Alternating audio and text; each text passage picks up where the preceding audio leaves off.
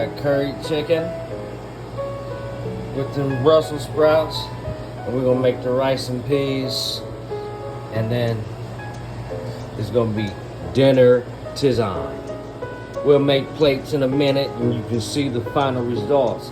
How we get down when we decide we're gonna go Caribbean style.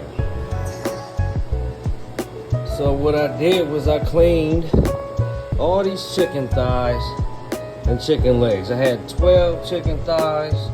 They weren't very big in size. And then 6 chicken legs. That's what I did. Cleaned them. We took all the skin off. You know what I'm saying? Because we don't do the slimy skin around here. I already told you that. So then we get it on a medium heat. You know, sort of we stew in that chicken. And then after we know our chicken is pretty much done, we add the frozen peppers and onions and let them simmer down some. We don't ever have to cover this meal, you know what I'm saying? But with the water, we add some instant mashed potatoes with that curry seasoning and our other seasonings to make that chicken tasty, you know, and some chicken bouillon, and then we good. You know what I'm saying? We add a little bit of that instant mash. That just makes your gravy. So you don't want it to go too crazy thick. But you'll see we got these Brussels sprouts.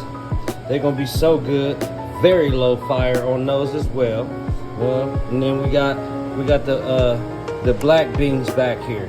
They're gonna be going on top of our white rice, and then we'll pour that curry gravy on top of that, and then we eat. It's gonna go down.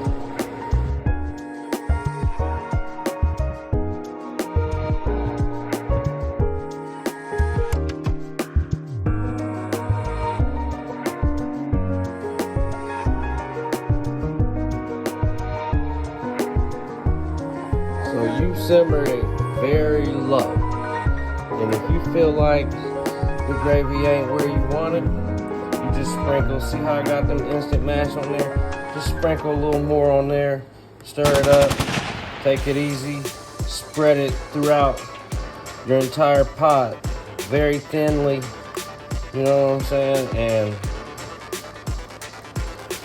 stir it up real nice until you get the thickness that you want your gravy to be. But take it easy, don't go crazy, because you don't want it to go nuts. You know what I'm saying? You want it to be like a gravy. But I'm telling you, by using those instant mash like that, you're gonna get the consistency you want as long as you're not heavy-handed. And when you eat it, you won't even realize you're eating mashed potatoes, and therefore it's food coma and you're going to sleep.